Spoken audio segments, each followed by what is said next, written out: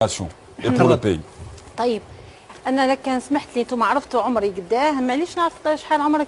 عندي 33 سنه. الله يبارك. خلال 33 سنه قداه فتاه عرفت.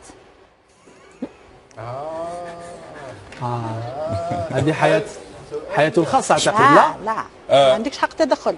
تفضل. يعني مرشد الحصه خليه يهضر. اذا ما دخلتش انا قدام فتاه تسمح لي. انت عمرك 33 سنه.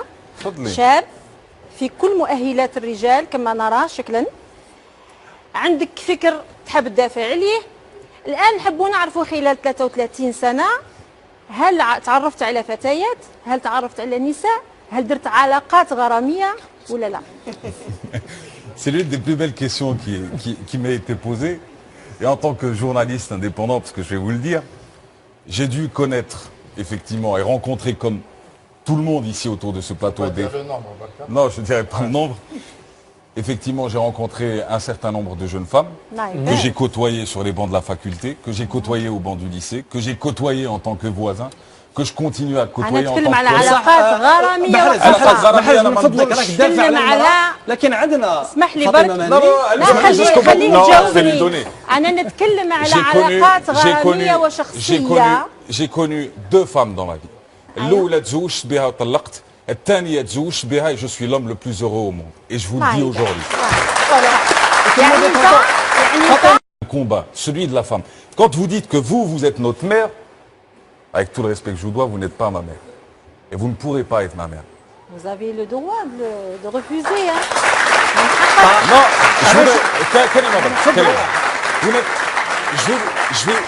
je vais vous dire pourquoi vous n'êtes pas ma mère et pourquoi vous ne le serez pas. De un, parce que je vous respecte en tant que femme, et je pense qu'on est frères et sœurs par ce qu'on appelle la nation, qui est très divisée aujourd'hui, et vous le savez mieux que moi, même si vous avez placé la question de la majorité au milieu d'une de vos interventions, et c'est très très bien, je trouve que vous avez été très à droite sur ces questions-là. Mais vous n'êtes pas ma mère parce que, pour moi, vous ne portez pas ces principes et ces valeurs de la tolérance. Vous n'êtes pas ma mère parce que vous êtes en train de dire à ma sœur et à ma mère que mon père, que j'incarne aujourd'hui en tant qu'être masculin, Akid Goulilhom, elle peut passer en deux, elle peut passer en trois, alors que c'est peut-être elle qui a été la compagnonne d'un homme quand il n'avait rien. Et le jour où il construit sa richesse, vous nous dites, mariez-vous, prenez une seconde femme. Et je trouve ça dommage pour vous, parce que je pense que votre parti, effectivement, est un parti puissant. Je pense que vous avez de la place ici dans le terrain politique, où vous pouvez agir aujourd'hui sur la société. Mais je trouve que ce que vous ne savez peut-être pas, c'est qu'on vous connaît beaucoup parce que les gens vous parodient. On vous connaît beaucoup parce que les gens aujourd'hui sur Internet, ils parlent de vous que de cette partie. Alors que moi, j'aurais voulu juste, et c'est mon dernier mot, j'aurais voulu connaître Madame Naïma sur une autre question, qui est celle des idées pour la nation et pour le pays. طيب التمثال لكن سمحتوا لي التمثال احنا ماناش مع تهديم ولا كسر التمثال وانما كان من الاول يتهز هذاك التمثال العاري وفيه تماثيل اخرى ونعطيكم مثال في قسنطينه في الكديه كاين تمثال للرجل ماشي للمراه وهو عاري تماما عاري بعضوه الذكري كل شيء. انا نشوف هذه النوعيه التماثيل وهو في وسط المدينه ايضا يتهز. ما قلتش يكسروهم انا قلت يكسروهم. لا ما قلت ما قالتش يكسروهم. هل قلت يا جماعه سمعتوني؟ يقلعوا العضو الذكري. احنا خليها تكمل الفكره. هو في ساحه المتحف. اسمح لي. هو هذا التمثال في ساحه المتحف في الكديه.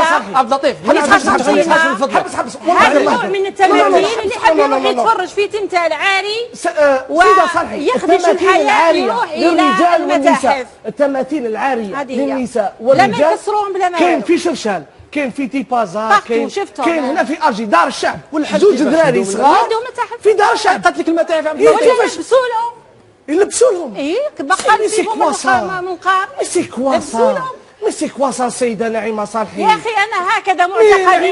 انا مرأة مسلمه. انا يسمح عمرو بن العاص. عمرو بن العاص الذي كان واليا على مصر. عمر بن الخطاب وما ادراك ما عمر بن الخطاب. ما يعرف والو غير السيف. الرسول عليه الصلاه والسلام يهدر يجبد السيف. لا لا لا لا لا انت اخطات في حق عمر بن الخطاب. لا لا لا دقيقه هو الفاروق دقيقه. معليش فكرتو تهضر على الحجاج ولا تهضر على عمر بن الخطاب؟ عندك الفرد معليش. ما يقدرش يكسر ابو الهول في مصر باختصار من فضلك. يا سيد كبيره يا سيد على عريان. تفضل. هل ابو الهول عريان؟ لا لكن تمثال. هل هو عاري؟ تمثال. هل يخدش الحياة؟ أين هو الإشكال؟ نقطعوا الأعضاء الذكرية. خلاص نقطعوا الأعضاء الذكرية تاع التماثيل وانتهت المشكلة. الحياة ما نتكلموش على التمثال. أنا هنا أوكي. إذا احنا قلنا باللي هذه تماثيل العارية اللي تجي في وسط المدينة والمدن تلبس يتلبسوا لها يدوها المتحف. يدوها المتحف. الله يبقى خلاص هذا رأيه. هذا ما كان. وكما يقول السي عبد الرحمن بالعياط ربي يذكره على خير هذا رأيه وزهيته. بارك الله فيك شكرا جزيلا. لا مش فاطمه. قلتي كشفتي علاقه باللي عندك الرقم الشخصي تاع بوتفليقه. بغيت نعرف شحال عيطتي له من خطره برك. بزاف سنوات وحنا نتكلموا. هو الثاني عيط لي. نعم معليش. بغيت نعرف علاه كشفتي باللي عندك علاقه مع الرئيس وعطاك الجمهوريه وانا مواطنه، وفي ذاك الوقت كنت مواطنه وكنت حابه ندير تنظيم، يعني تنظيم كي نقول لك يعني جمعيه، ودرت جمعيه الاطارات اللي تعرفها انت يا جمعيه الاطارات، وفتح لي المجال وكان سموع يعني يسمع، وكان مداير ريبوندور وتخلي له الرساله وبعدين يعاود ومن بعد يعيط لك هو. طيب. يعاود يعيط لك. طيب. كان عندك رقم يعاود لك. شحال من خطره شحال نحسبهم؟ ما نقدرش نحسبهم لانه انا كنت نطرح عليه قضايا امه، كنت نقترح عليه مقترحات، كنت نتشاور معاه في امور كمواطنه. جميل. يعني شيء رائع يعني جميل. لانه هذا الشيء ما صراش كثير في دول كما في الجزائر، تلقاها في دول متقدمه. ربما ان رئيس الجمهوريه يرد على مواطن او مواطنه، هذا شيء رائع جدا. هذا لا يعاب عليه لا على الرئيس ولا عليه. لو كونسيبت علاش كشفتي هذه العلاقه؟ ولماذا لا اكشفها؟ وعلاش تكشفيها؟ ما هو العيب؟ رئيس الجمهوريه يعطيك تليفون باش تعيطي له. لماذا؟ ما انا التي بحثت عن رقمه. لماذا؟ لاتصل به. لماذا تكشفيها؟ واتكلم اكشفها وما زلت اكشفها واكتبها في مذكراتي. ممتاز. ننقل الموضوع هذا. الانتخابات راني باغي نهضر على السيده نعيمه صالحي. قبل ما تدخل شفت الحارس الشخصي تاعها جا هكذا قلب بالكرسي دلو هكذا شاف، قلت بالك امر عادي هذا. لا نو نعيمه صالحي انا عرفتها قبل 10 سنين، متواضعه جدا، امراه خلوقه. هكي جات هنا متواضعه عبد اللطيف. نعم ما ماناش نقولوا العكس. متواضعه لا باس عليها، لكن اليوم انا نشوفوها تمشي بالجيروفار بلي كارد كور. تسمحي لي نرد بلاستيك معليش. لا كيفاش ما تمشيش بالجيروفار؟ لا راني موجه لها السؤال لها هي. انا ما فهمتش وعلاش على هكا. علاه نعيمه صالحي كانت فريمون متواضعه. علاه لما نتكلموا على لاكارد ولا نتكلموا على جيروفار، لما ينحيوا الباقي الاحزاب ينحوا لنا ما كاين حتى مشكل. احنا لسنا استثناء. امور بروتوكوليه. احنا هذه الامور ما لقيناهاش ولم نبدحها ولم ما عندكش ثقه في الشعب، ما عندكش ثقه في الشعب باش تمشي بحال ولكن الشعب لا، الشعب حبيبي.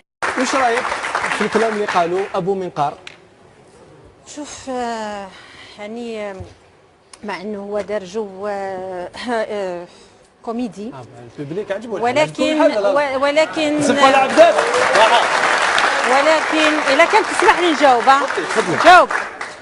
انا شفت بعض الحصص لتنصير. نعم. الناس اللي تقوم بالتنصير ويجيبوا كيفاش يشرحوا باللي النصرانيه دين سمح ودين كذا هو الصحيح الى اخر ذلك، ويعني الالاف من المواطنين نتاعهم في القاعات وهذيك وشفت ايضا اللي كيفاش يديروا بينهم مناظره بينهم بانفسهم، يتكلموا على محاسن النصرانيه المحرفه ويتكلموا على غير على مساوئ الاسلام. صح. اليوم لما نشوفوا في حصه في دوله اللي هي الماده 2 تاعها هي دين الدوله الاسلام والشعب مسلم، نشوفوا التمثيل يعني أنه تجسيد الإسلام في هذه الصورة. اسمح لي سيدي الكريم أن هذا مساس بهوية الشعب الجزائري المجيد. أنا أعطي رأيي أخي، قلت أعطي رأيي. فهذا مساس بهوية الشعب الجزائري وبعقيدة الشعب الجزائري. وانا نشوف باللي المفروض ان احنا لما نجيبوا نتكلموا عن الاسلام نتكلموا عليه في صوره جميله وصوره هدافه وصوره تؤدي الى الدعوه الى الاسلام، الى دين الله في الجنه في الدنيا والاخره. شكرا سيدة نعيمة صالحي. كاين نعطيكم واحد الملاحظه ايضا شفتها فوتوشوب في الفيسبوك وغيره، وين لما تكلمنا على الزواج وتكلمنا على السكن كما قالت الاخت، وين عاد الشباب يقول يجيبوا هذوك الدميات هذوك اللي جابوهم وقت باش يعوضوا بهم النساء ويكتبوا عليهم وش يقولوا انتم يا بنات اخترتم الحديد والماديات ونحن اخترنا البوبيات. احنا رانا نعانيو من مشكل كبير في المجتمع الجزائري، رانا نعانيو بذهاب واندثار الاسره في الجزائر وضياع ما يسمى ب يعني تضامن وتلاحم الاسره الجزائريه وبناء المجتمع على اساس الخليه الاولى اللي هي الاسره الجزائريه. فانا اعتذر على ان يمثل الاسلام بهذه الطريقه صراحه. يعطيك صحه. هذه حريه